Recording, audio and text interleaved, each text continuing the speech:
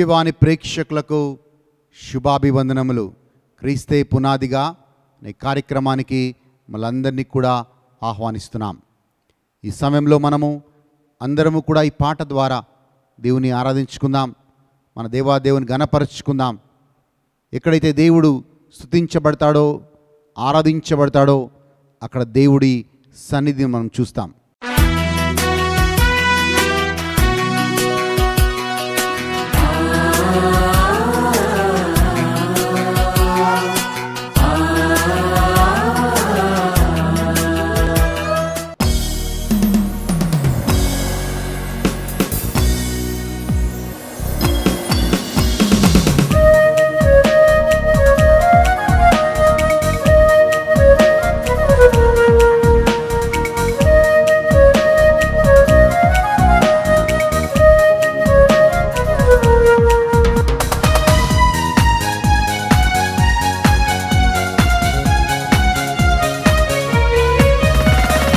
అసాధ్యమైనది లేని లేదు, నన్ను బలపరచువాడు నాతో ఉండగా.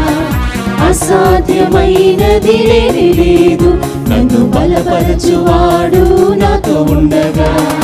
ఊహించలేని ఆశ్చర్య క్రియలతో నా దేవుడు నన్ను నడిపించును. ఊహించలేని ఆశ్చర్య క్రియలతో నా దేవుడు నన్ను నడిపించును.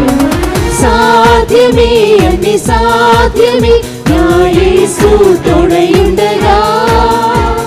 సాధ్యమే అన్ని సాధ్యమే నా యేసు తోడయుండగా. సాధ్యమే అన్ని సాధ్యమే నా యేసు తోడయుండగా. సాధ్యమే అన్ని సాధ్యమే నా యేసు తోడయుండగా. అసాధ్యమైనది లేని లేదు, నన్ను బలపరచువాడు నాతో ఉండగా. అసాధ్యమైనది లేని లేదు, నన్ను బలపరచువాడు నాతో ఉండగా.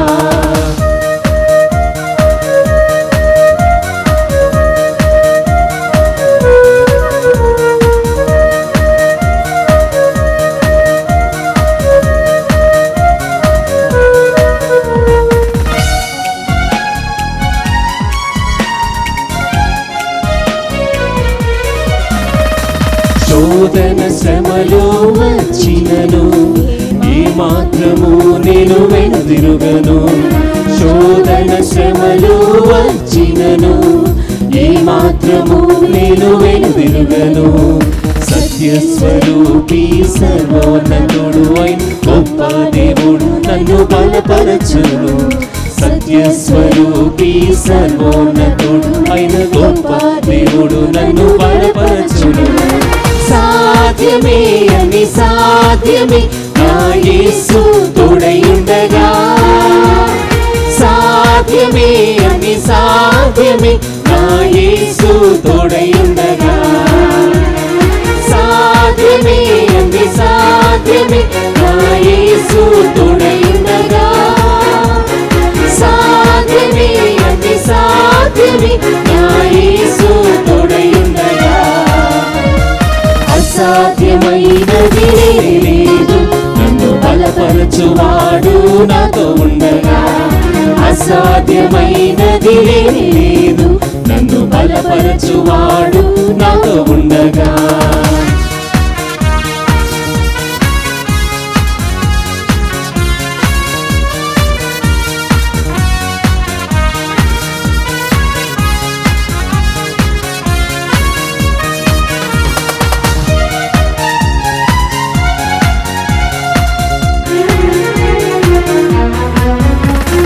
సాతాను శక్తులు ఎదురు నిలిచిన వాక్యమనే ఖడ్గముతో జయించెదము.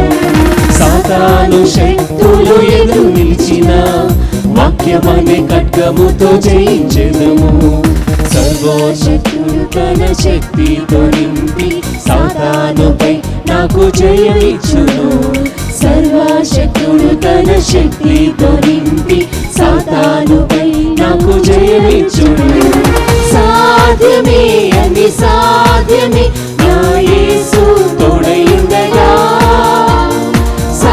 సాధ్యమే అన్ని సాధ్యమే నా యేసు తోడయుండగా సాధ్యమే అన్ని సాధ్యమే నా యేసు తోడయుండగా సాధ్యమే అన్ని సాధ్యమే నా యేసు తోడయుండగా అసాధ్యమైనది లేదు నన్ను బలపరచువాడు నాతో ఉండగా అసాధ్యమైనది లేదు నన్ను బలపరచువాడు నాతో ఉండగా ఊహించలేని ఆశ్చర్య క్రియలతో నా దేవుడు నన్ను నడిపించును ఊహించలేని ఆశ్చర్య క్రియలతో నా దేవుడు నన్ను నడిపించును సాధ్యమే అన్ని సాధ్యమే నా యేసు తోడయుండగా సాధ్యమే అన్ని సాధ్యమే నా యేసు తోడయుండగా సాధ్యమే అన్ని సాధ్యమే నా యేసు తోడయుండగా సాధ్యమే అన్ని సాధ్యమే నా యేసు తోడయుండగా. వాక్యం వినబోయే ముందు తలలు వంచి ప్రార్థన చేసుకుందాం. మమ్మల్ని మిక్కిలిగా ప్రేమించి మా తండ్రి, వందనాలు, నీకు స్తోత్రాలు నాయనా. ప్రభువా, ఈ వాక్యాన్ని మేము వింటూ ఉండగా ప్రభా, ఈ వాక్యం మాకు ఓదార్పుని, ఈ వాక్యం మాకు ప్రోత్సాహాన్ని, ఈ వాక్యం మాకు శక్తిని, బలాన్ని ఇచ్చునుగాక. యేసు నామంలో ప్రార్థిస్తున్నాము మా పరలోకపు తండ్రి. Amen, amen.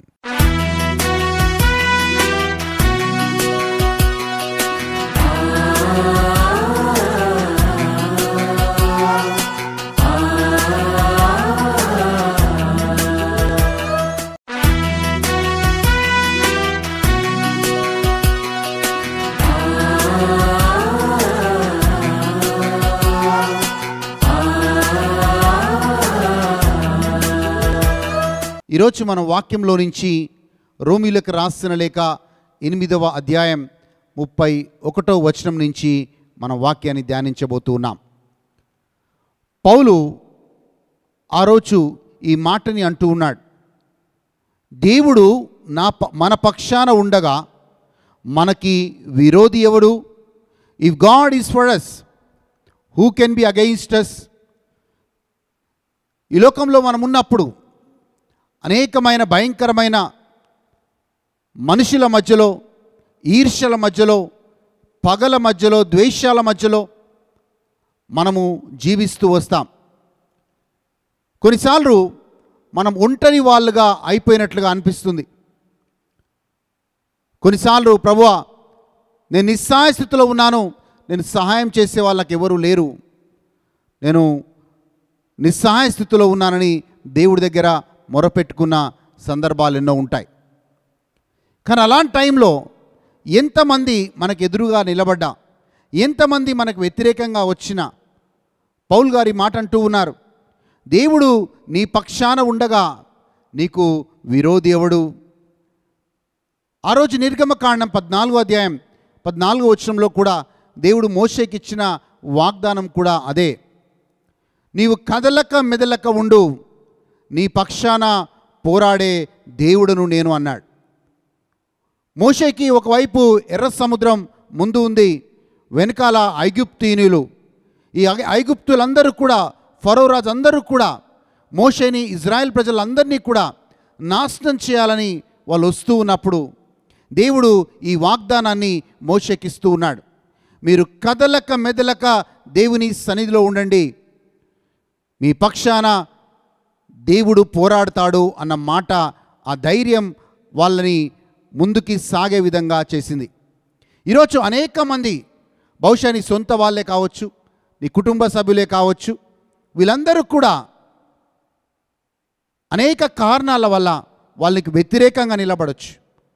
కానీ ఈరోజు వాక్యంలో చదువుతున్నట్లుగా దేవుడు నీ పక్షాన ఉండగా నీకు విరోధి ఎవడు?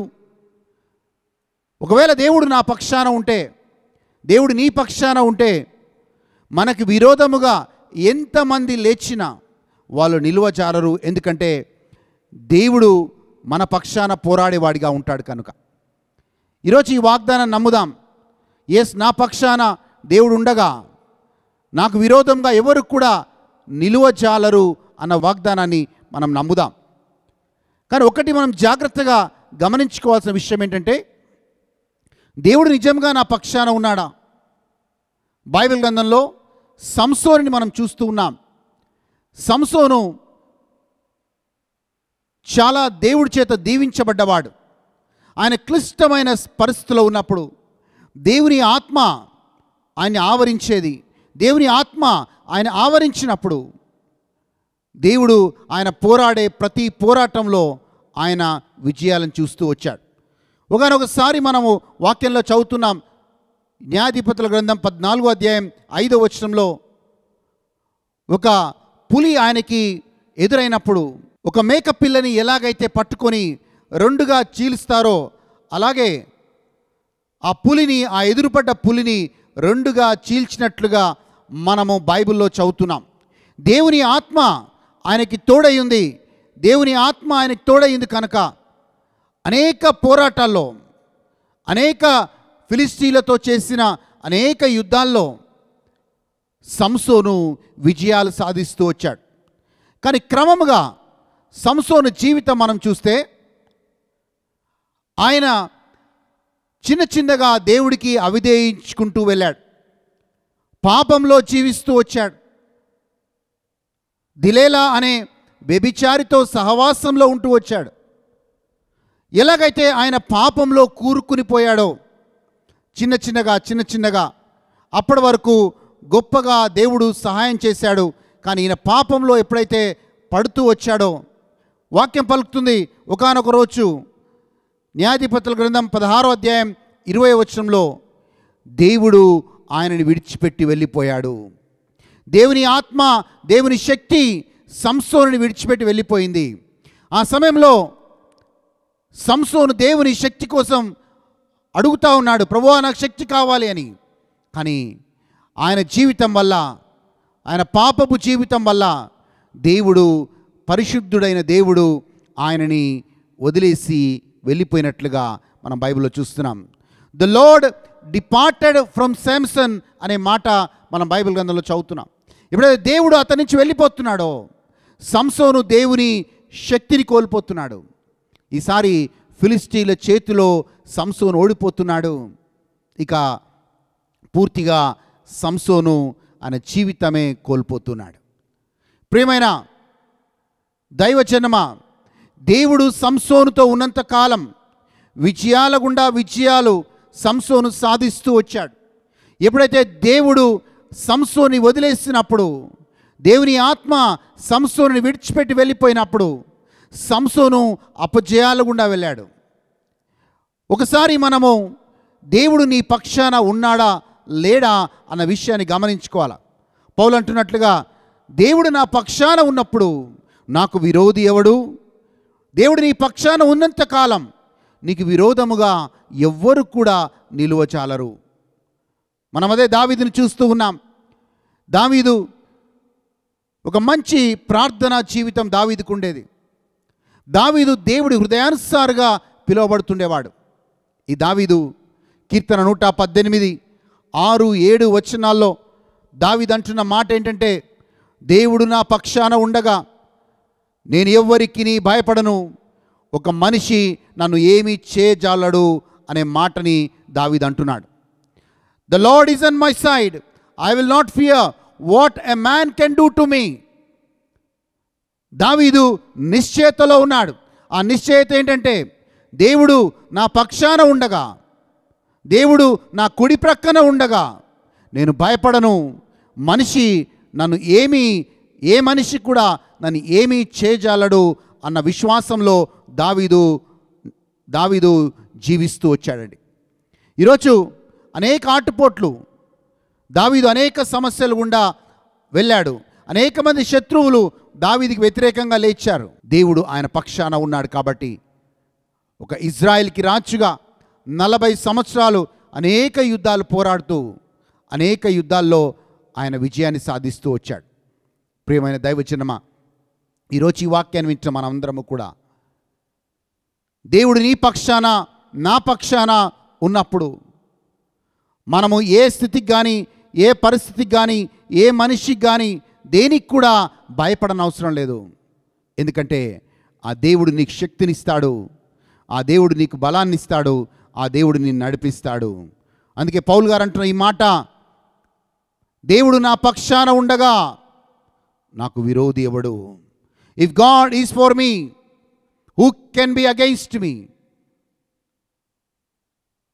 యెషయా గ్రంథం 54వ అధ్యాయం 17వ వచనంలో దేవుని వాక్యాన్ని ఇలా చదువుతూ ఉన్నాం.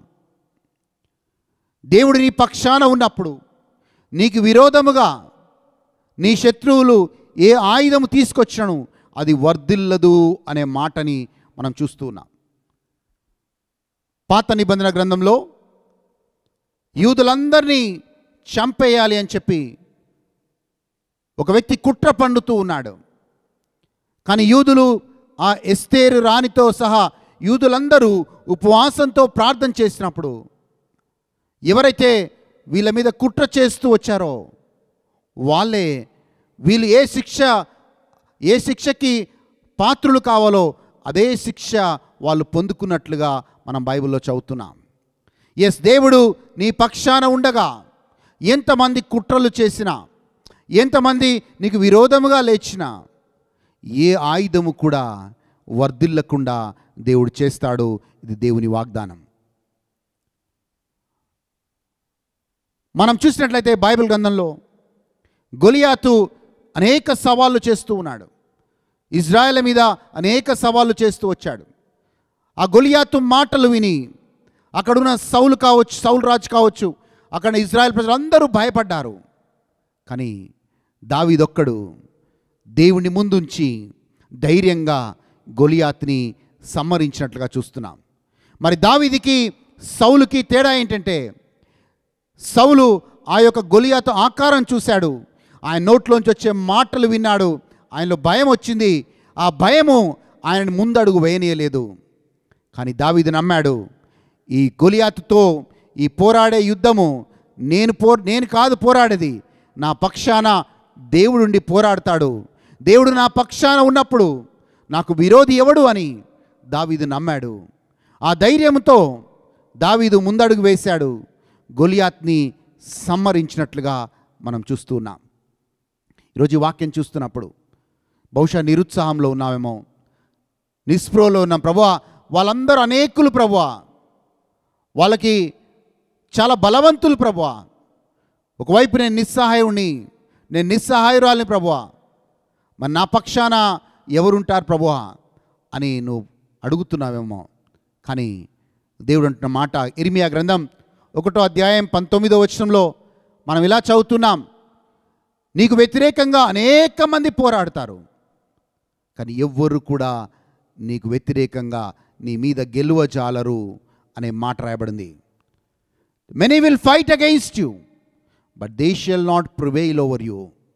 అనేక మంది నీకు వ్యతిరేకంగా నీ మీద పోరాడతారు, సొంత వాళ్ళే కావచ్చు, బయట వాళ్ళే కావచ్చు, కానీ ఎవరు నిలువచాలరు. అది దేవుని వాగ్దానం. ఎందుకంటే దేవుడు నీ పక్షాన ఉన్నాడు కాబట్టి.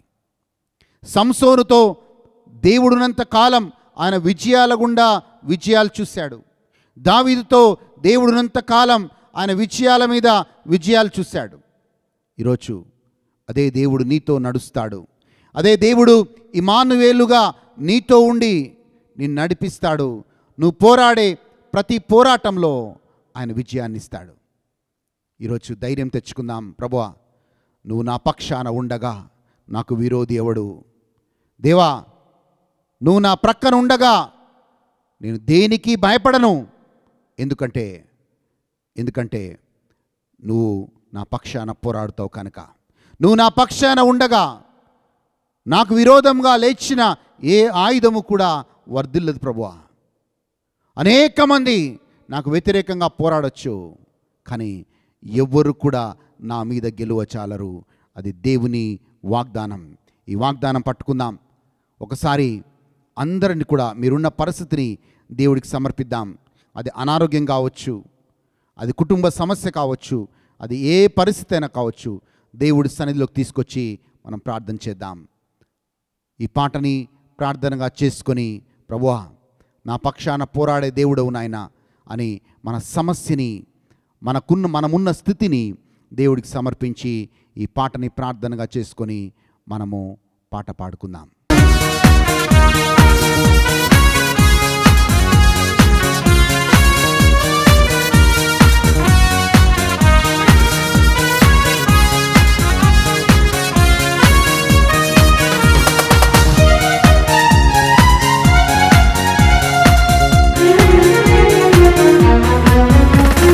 సాతాను శక్తులు ఎదురు నిలిచిన వాక్యమనే ఖడ్గముతో జయించెదము. సాతాను శక్తులు ఎదురు నిలిచిన వాక్యమనే ఖడ్గముతో జయించెదము. సర్వశక్తుడు తన శక్తితో నింపి సాతానుపై నాకు జయమిచ్చును. సర్వశక్తుడు తన శక్తితో నింపి సాతానుపై నాకు జయమిచ్చును. సాధ్యమే అని సాధ్యమే నా యేసు తోడయుండగా.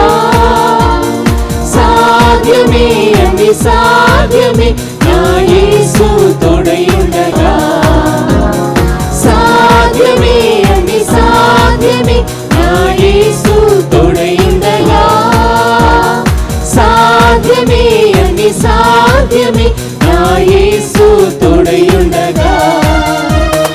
అసాధ్యమైనది లేదు, నన్ను బలపరచువాడు నాతో ఉండగా. అసాధ్యమైనది లేదు, నన్ను బలపరచువాడు నాతో ఉండగా. ఊహించలేని ఆశ్చర్య క్రియలతో నా దేవుడు నన్ను నడిపించును.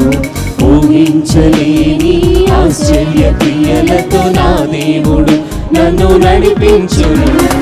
సాధ్యమే అని సాధ్యమే నా యేసు తోడయుండగా.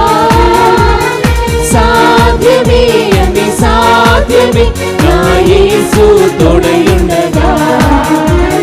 సాధ్యమే అని సాధ్యమే నా యేసు తోడయుండగా. సాధ్యమే అని సాధ్యమే నా యేసు తోడయుండగా. తల్లు వంచి ప్రార్థన చేసుకుందాం. ప్రభువా నువ్వు మా పక్షాన ఉండగా మాకు విరోధి ఎవరు నాయనా? ప్రభువా ఈరోజు అదే నమ్మకంతో, అదే విశ్వాసంతో మేము ముందడుగు వేస్తున్నాం. ప్రభువా మమ్మల్ని నడిపించండి. మా పక్షాన పోరాడే దేవుడని వాక్యంలో చదివాం. ప్రభువా నీకు వందనాలు. మా కుటుంబాన్ని, మాకున్న సమస్తాన్ని నీ హస్తాల్లో ఉంచుతున్నాం. మా కుటుంబాన్ని దీవించండి. మేము చేసే పనిలో మాకు తోడుగా ఉండండి. ప్రభువా మరొక్కసారి మా పక్షాన పోరాడే దేవుడవు ఉన్నావని నమ్ముచు